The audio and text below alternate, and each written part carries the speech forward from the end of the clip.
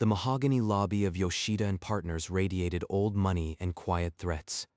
Tomoya walked through the polished halls with the calm of a man who expected bad news. Your case has been reassigned to a junior associate. I'm taking on a larger client. Money talks, Tomoya. Your ex-wife's father offered a retainer I couldn't refuse. Hikari clutched her files tighter, eyes wide behind her glasses. Find another lawyer. I'm done with this case. His words hung in the air like a verdict. A tissue slid across the table, Hikari's hand, trembling but steady enough to offer the only kindness in the room. Tomoya rose, the tissue still in his hand, and walked out of the glass door into the cold city evening. His face betrayed nothing, but the tissue in his clenched fist said everything. His apartment was dark. He didn't turn on the lights. The sneer of Yoshihiro replayed in his mind. He dialed the one man who knew the truth about his inheritance. The line clicked. A raspy voice answered, warm but guarded. Tomoya-sama, it has been too long. Is everything all right? Tomoya cut straight to it. I need the truth. The shares my uncle left me. The 51% of Yoshida and Partners. Are they mine? Akihito sighed. Legally, yes. But the probate, a distant cousin has filed a challenge. They want a piece of the estate. Can they stop me from taking control? They can stall, months, maybe a year. But your uncle's will is ironclad. You just need patience. The call ended. Tomoya walked to the shelf where his uncle's photograph stood. He met the eyes in the frame. I'll wait.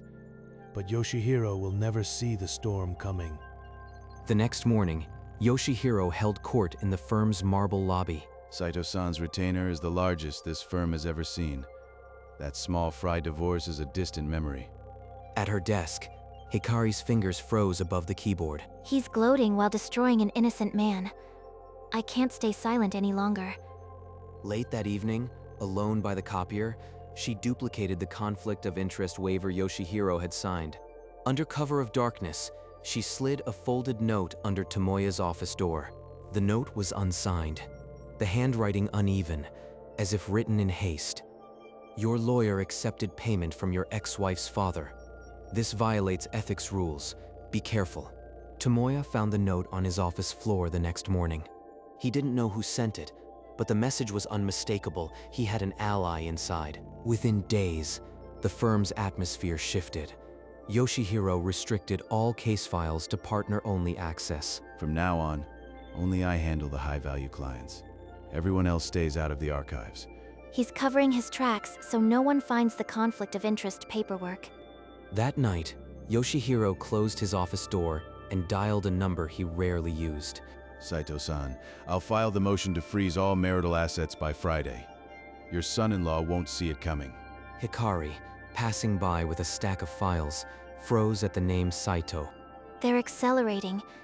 I need to send another warning before it's too late. She slipped into the break room and typed a message on her personal laptop. Footsteps. She ducked behind the door, heart hammering, as Yoshihiro walked past, still on his call. Tomoya's phone lit up with the anonymous warning. Asset freeze motion filed. They're moving faster than planned. An asset freeze. If that goes through, they'll bleed me dry before I can even fight back. The moment Akihito answered, Tomoya spoke without preamble. They're moving fast. Tell me about the firm's founding records. Your uncle was thorough. He documented every partner's contribution, every shady deal Yoshihiro tried to pull in the early years. If I need to prove misconduct, can you get me that documentation? Already prepared copies. But we'll need more than old records if you want to force him out. In her own apartment that night, Hikari stared at her laptop. She had to risk direct contact. Her message was brief. Meet me at the Hananoki Cafe tomorrow noon. It's about your case. Tomoya arrived early, taking a booth in the corner. The door chimed. A familiar mint-haired figure walked in. She slid into the seat across from him, her voice low. I'm the one who sent those notes, and I have proof of Yoshihiro's corruption. She pushed a USB stick across the table. Tomoya's eyes met hers, cold suspicion giving way to a wary alliance. The USB stick revealed 2 years of hidden malfeasance. Tomoya barely glanced up when his phone rang. Tomoya-sama, the probate challenge took a dangerous turn. Your cousin hired a top estate litigation firm. How serious is this challenge? Can they actually block the inheritance? They could stall for months, maybe a year. There's a risk they invalidate the silent partnership clause entirely. Then we speed up our timeline. No more waiting. That same hour, Yoshihiro received a call from his contacts at the probate court. The cousin's challenge is gaining traction. Tomoya's claim might crumble before he ever uses it. This is perfect. Without that stake, he's just a client I already dropped. In her apartment, Hikari stared at her phone. The probate news hit like a verdict. Everything was at risk. Tomoya looked at his uncle's photo. Not loss, resolve. The real fight had just begun. That night, Hikari made her choice. The probate challenge left no room for half measures. The original conflict waiver. If I can get it, we have undeniable proof he knew and still dropped Tomoya. A silent alarm logged the access the moment the sensor caught the movement. She slipped out into the cold night, the copied document hidden in her coat. The next morning, Yoshihiro's security check flagged the 2 a.m. breach. That paralegal, always skulking around. She's the only one who knows those files. Without delay, he summoned Hikari to his office. Someone was in my office last night. The log shows it was a staff keycard. Was it you? I left at 8. You can check the timesheets. Why would I be in your office? I don't know yet. But if I find out you're lying, you'll never work in this city again. Tomoya spread the copied document across his desk. Akihito's voice came through the speaker, grim and certain. This is a signed conflict of interest waiver dated 3 weeks before he dropped you. He knew it was unethical. With this, the ethics board would disbar him. But if I don't have the firm yet, I can't control the vote. Waiting for probate could mean losing everything. I'll call the meeting now, ownership challenge or not. Without hesitation, he dialed Hikari's number, his thumb steady on the screen. Tomoya-san, it's not safe. He suspects me. Trust me. Prepare the partnership summons. We're ending this tomorrow. At the firm, Yoshihiro had already begun his campaign of intimidation, cornering Hikari at every turn. I'm watching you. One wrong move, and I'll have security escort you out with nothing but a box. Keep calm. Draft the notice. Tomorrow, everything changes. A harsh wind scraped the pavement. Tomoya led Hikari to a narrow alleyway near the river. Nowhere safe now but far from eyes. My uncle was the silent partner who funded this firm. 3 Tokyo offices exist because of his investment. When he passed, his 51% share came to me. The will is tied up in probate, but legally, I own Yoshida and Partners. I know. I've known for 2 years. I found the partnership records when I was assigned to archive your uncle's estate file.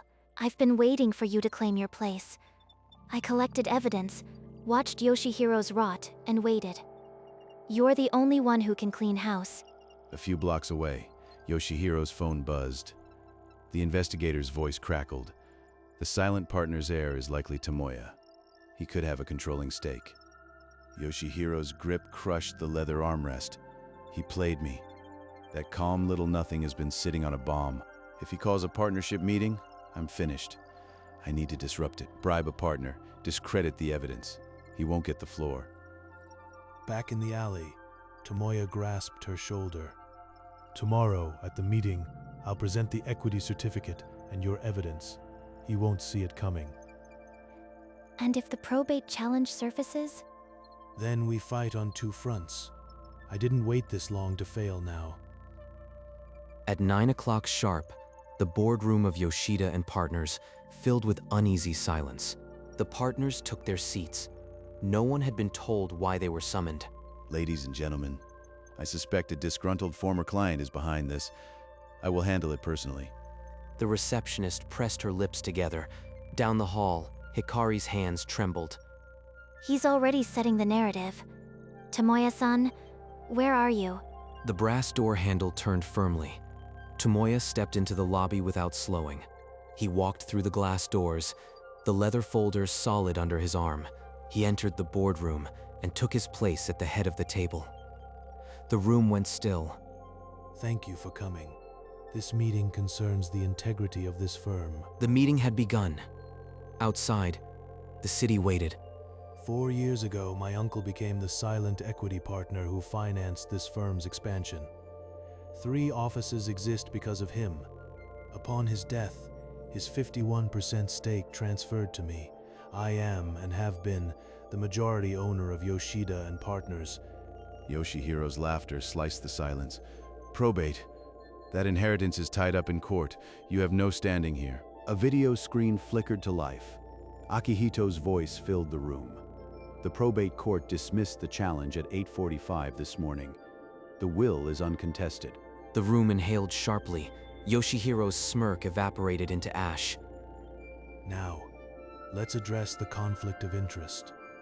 Hikari, please bring the evidence. Hikari entered, her mint hair catching the light. She clicked the remote, and the screen lit with a signed waiver.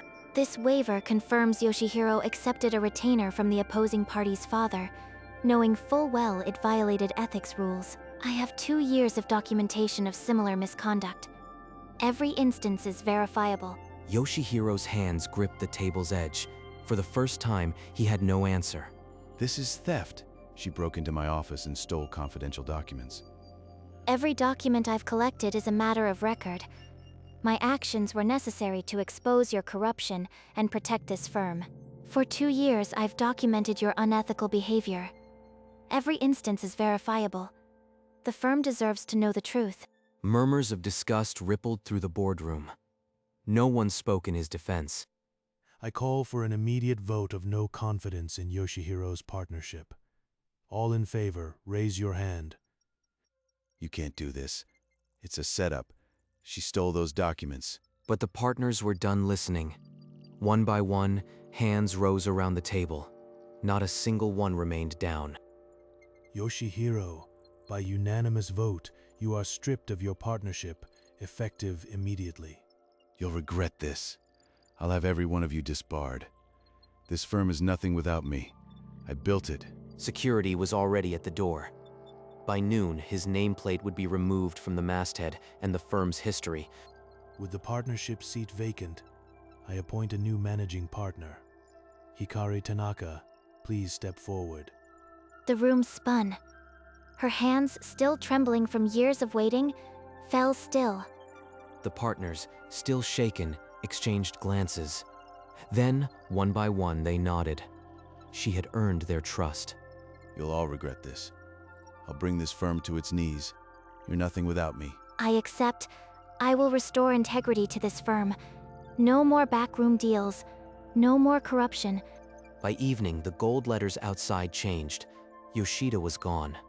The sign now read Tanaka and Partners. In Tomoya's office, 2 hands met, not as client and paralegal, but as equals. The next morning, a small headline ran in the legal journal. Firm cleans house, paralegal takes helm. The nameplate shone on her new desk. Hikari ran a finger over the engraving. 2 years of silence had broken. And as the city lights flickered on, the two walked out together into a firm they now controlled. Later, when the firm had emptied, they found themselves alone in the boardroom where the battle had been won. Tomoya-san, I never thanked you properly. For trusting me.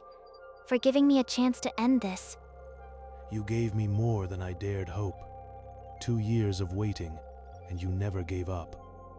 I was patient because I knew the owner would finally arrive. I just didn't know when. Their eyes met, not with the tension of conspiracy, but with something quieter. From now on, we build something together. No more backroom deals. They clinked cheap coffee mugs in the break room, a small toast to the new firm. The tissue I gave him that day, he still had it, folded in his pocket. She noticed a corner. They turned, together, toward the window. The city, once hostile now, seemed like something they could reshape. And in the hush, neither spoke of what might come next. They simply stood, side by side. The old gilded sign that read Yoshida had been taken down. In its place, crisp new letters spelled Tanaka and Partners. In the lobby, Hikari had positioned the photograph of Tomoya's uncle on a central shelf. A small brass plaque beneath it simply said "Founder." Tomoya found her there, standing back to admire it. She turned at his footsteps, her expression unguarded. I thought he should see this. The firm he invested in, finally run with integrity. They retreated to her office with steaming mugs. The Saito divorce file lay open, annotated in her tidy handwriting. I've already reached out to your ex-wife's legal team. We'll negotiate fairly. No more underhanded tactics. Around them, the office hummed with a quieter energy. The receptionist's shoulders had dropped, the partners moved with ease. You've reshaped this firm faster than I thought possible. My uncle would be proud. 2 years of silence, and now every day feels like a new beginning. I won't waste a single one. In a cramped employment office, Yoshihiro sat in a plastic chair, his pinstripe suit a relic of a world that no longer wanted him. The interviewer's voice was flat. Your reputation precedes you. There's nothing we can offer. Yoshihiro's jaw locked, but he had no retort. He simply stood and walked out into the indifferent city. That same evening, chandeliers lit a charity ballroom. Tomoya and Hikari had been invited as honored guests. Hikari wore a simple black dress. Tomoya stayed close, his hand lightly at her back. A senior judge raised a glass. To the two who cleaned house when no one else would, voices carried approval. Tomoya caught Hikari's eye. She smiled, the first smile he'd seen that reached her eyes, unshielded by glasses. Outside the ballroom, Yoshihiro stood by a vending machine, his phone dead, his contacts list a graveyard. The music swelled inside. The chill crept under his collar. One wrong choice had cost him everything. Tomoya and Hikari slipped away early, walking side by side into a city they now owned a piece of. The final decree arrived on a Tuesday morning. Tomoya read it alone, the paper cool in his hands. Done. No more tether to that family. Just a signature and a clean break. That evening, he walked toward the river.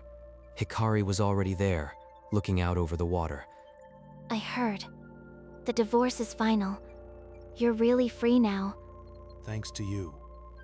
You didn't just save my case, you gave me back a life. They stood in silence for a moment, the wind stirring her mint hair.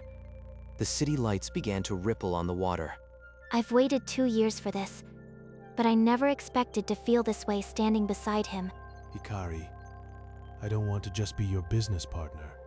I think you know that. Tomoya, She didn't finish the sentence, but as they turned toward the cafe for warmth, his hand found hers, and she didn't pull away. Weeks slipped by. The office of Tanaka and Partners no longer felt like a battlefield. It hummed with quiet purpose, every corner carrying their mark. Every morning I walk into this office and see the nameplate. It still feels surreal. You earned it. You've transformed this place. And me. One evening, they paused at the broad window of her office, the city sprawling before them like a promise. 2 years of waiting for him to arrive, and now I can't imagine standing here alone. Tomoya's hand found her shoulder, steady and warm.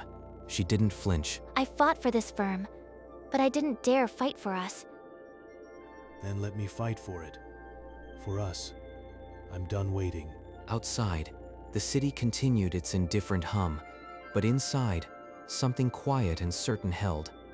The brass nameplate on the door read Tanaka and Partners, and for the first time that felt exactly right. A week later, a local paper carried the headline, Tanaka and Partners launches pro bono clinic for low-income litigants. The firm's new face was trust. In the lobby, a new spot had been cleared. Tomoya's uncle's photograph now rested under a brass plaque reading Founder. His vision, our integrity. Tomoya stood before it, a rare genuine smile softening his features. Hikari joined him, her hand brushing his. He built the foundation. We'll finish the house. They walked out together that evening, the city's noise muted by the ease of their stride. A street vendor called out, and Tomoya bought 2 warm rice cakes. Hikari laughed when powder dusted her glasses. Stop laughing. You look like a ghost. and you've never looked more alive. They walked on, past the bright signs, past the old ghosts, into a night that finally felt like theirs. The firm's lights stayed on, warm against the evening, a legacy finally claimed. The next morning, sunlight caught the gold letters of Tanaka and Partners, pristine and unshadowed. The building, once a fortress of old money, now stood open and unguarded. A few early clients passed through the glass doors, carrying hope instead of fear. Inside, the mahogany lobby no longer whispered threats. It hummed with quiet purpose. The founder's photograph looked on, his silent investment finally bearing honest fruit. And outside, the city busied itself, unaware that justice had quietly shifted hands. For Tomoya and Hikari, the day began like any other, with coffee, files, and a shared look that said everything. But this morning held a weightlessness they hadn't known in years. A final shot, the sign against a clear blue sky, gleaming as if freshly polished. The name was Tanaka and Partners, and behind it, a story of patience, loyalty, and quiet reckoning had just begun. At the end of a long week, a small object changed hands in the quiet of the office. It was his father's watch. For years, the only piece of that man he had left. And now, it rested against her wrist, slightly loose, still warm from his pocket. She had asked no questions. They both understood what it meant. Its tick was older than their partnership, older than the firm itself. In the dim office, the hands showed 707, a number, she later said, that looked like a promise. Every morning after, the watch was there on her wrist as she opened the firm's doors. A simple inheritance, passed forward, not through blood, but through choice. And when she caught her reflection in the lobby glass, the watch was the first thing she saw.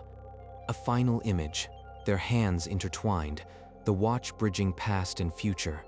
In the months that followed, the mahogany halls grew used to a different kind of quiet, not the silence of secrets, but the stillness of trust earned. Tomoya and Hikari rarely spoke of the early days. They didn't need to. The firm had become what his uncle had envisioned, a haven for the wronged, not a weapon for the cunning. Clients came in with tangled lives and left with clarity. Word spread, and in the evenings, when the staff had gone, they would sit by the window, watching the city rewrite itself. They never forgot where it started, with a tissue, a note, and a choice to wait. The biggest victory wasn't the removal of one man. It was the building of a different legacy. A legacy written in patience, sealed in partnership, and carried forward by two people who believed that justice could be quiet. The firm where trust is built.